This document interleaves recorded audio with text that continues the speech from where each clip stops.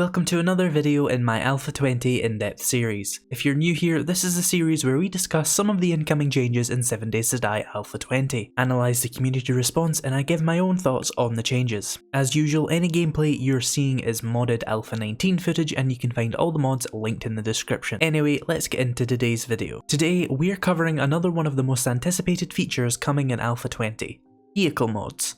If you've played 7 Days to Die for any length of time, you'll be aware of the weapon and armor modding system, which allows you to customize your armor and weapons to better fit your playstyle or target a specific niche for the piece of equipment. Maybe you prefer tactical rifles to be single shot, maybe you want to put a scope on a pump action shotgun. Whatever weird niche you need weapons to fill can be done using weapon mods. You may have also noticed at one point in your playthroughs that vehicles have mod slots as well, and even die slots. But dyeing the vehicle only changes the tint of the icon in your inventory, and there aren't any mods for the vehicles currently.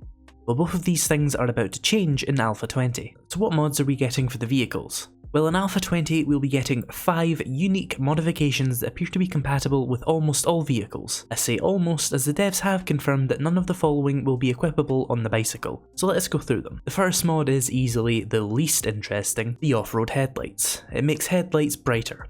Woo. And before you comment it, because I know someone will, yes, the motorised vehicles in 7 Days to Die have headlights. You can toggle them using the F key by default. But on to some interesting mods that people will actually use. The second mod is the expanded seating mod. This does as it sounds by adding extra seats to your vehicle. Not so useful for those of us on single player, but for you guys who play multiplayer, this could be a huge change for you. The devs have confirmed only some of the vehicles are getting the expanded seating, but we have heard that the gyrocopter, the motorcycle, and the 4x4 are all getting extra seating. The amount of seating seems to depend on the vehicle. The 4x4 is confirmed to seat 4 people with expanded seating. The devs are being quite quiet about the motorcycle and the gyrocopter, but it's probably safe to assume they'll provide 1 extra seat each with a maximum of 2 people on the vehicle at a time. In case anyone is wondering, no, the expanded seating will not provide a storage bonus, nor will any of the other mods provide more storage. The next mod we have is the fuel saver. We haven't had any information on the exact percentages, but it's safe to assume that this mod will reduce fuel usage by a non-trivial amount. Perfect for a certain truck that uses as much fuel as a tank battalion going up a hill on a rainy day. The last two are the most interesting in my opinion. First, we have the reserve fuel tank. Again, we haven't heard how much extra fuel this would let you add, but we have to assume again that it would be a non-trivial amount. This one seems perfect for a certain flying vehicle with the fuel capacity of a disposable lighter. The final one is the one we all care about, the supercharger. This one has been confirmed to raise the base speed and maximum speed for a vehicle. Again, we don't know by how much yet, but again, it won't be a trivial amount. I would be silly not to also mention the vehicle tinting system. Finally, you'll be able to see the dye you equip to a vehicle. If you want a pink bicycle, go ahead. If you want to turn your motorcycle into the Bat Bike, knock yourself out. Wish you were playing a Milsim instead and want to give your 4x4 the US Army paint job? Now you can. Just before we jump into the analysis section of this video, if you're enjoying and want to see me cover more Alpha 20 topics and news as they come out, then hit that subscribe button. I'll be continuing my tutorial content into Alpha 20 as well, so stick around for that. Anyway, let's get back to the video. So what does this really mean for the game? Well, this is going to all depend on how many slots a vehicle can really have. Currently, we don't know if all the vehicles are going to have 4 slots, or if it will depend on the perceived quality of the vehicle. I say perceived quality because vehicles don't have a quality system anymore. It used to be that you would have to scavenge for higher quality parts to improve the overall quality of a vehicle,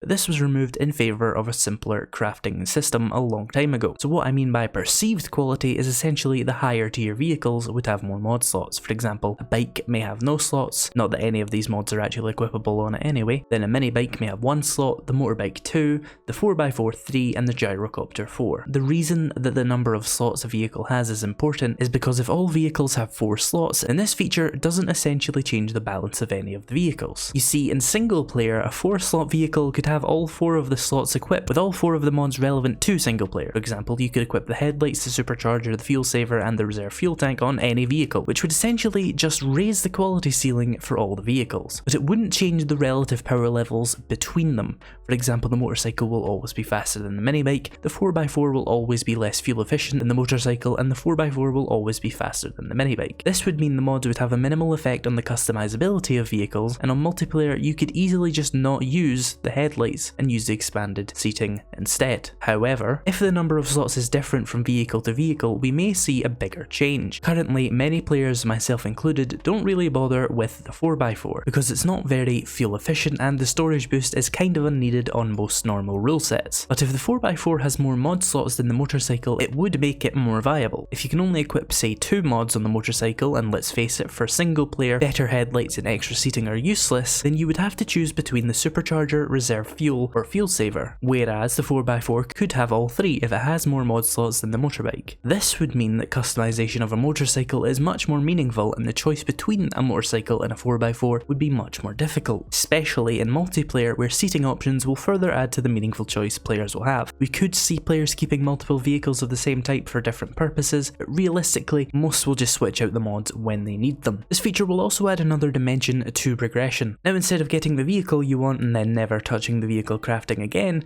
the experience will be expanded to add vehicle mods to the list of things you will need to buy, craft, or loot, which is always a good thing. So how does the community feel about these changes? The short answer is mostly positive. The 3 main criticisms I have seen against the vehicle modding system are: 1. The mods are not varied enough to matter. It would appear that some players would want more mods to really amp up the choices you would have to make when modding your vehicle. I'm personally inclined to agree, but would point out that they can always add more mods in the future. The second criticism is that the mods will have little to no cosmetic effect. For example, you won't see anything special about the supercharger mod. It will only make the vehicle move faster. Obviously, the extra seating mod will have a cosmetic effect because it needs to, but overall I don't agree with this issue. The changes that cosmetics for these mods would add would be minimal, and I think it's mostly some people being a bit nitpicky there. Most players don't seem to care either. And the third criticism is, as ever, a few players have buried their head in the sand, simply complaining that this isn't a stand-in for the old vehicle crafting system, which, in their opinion,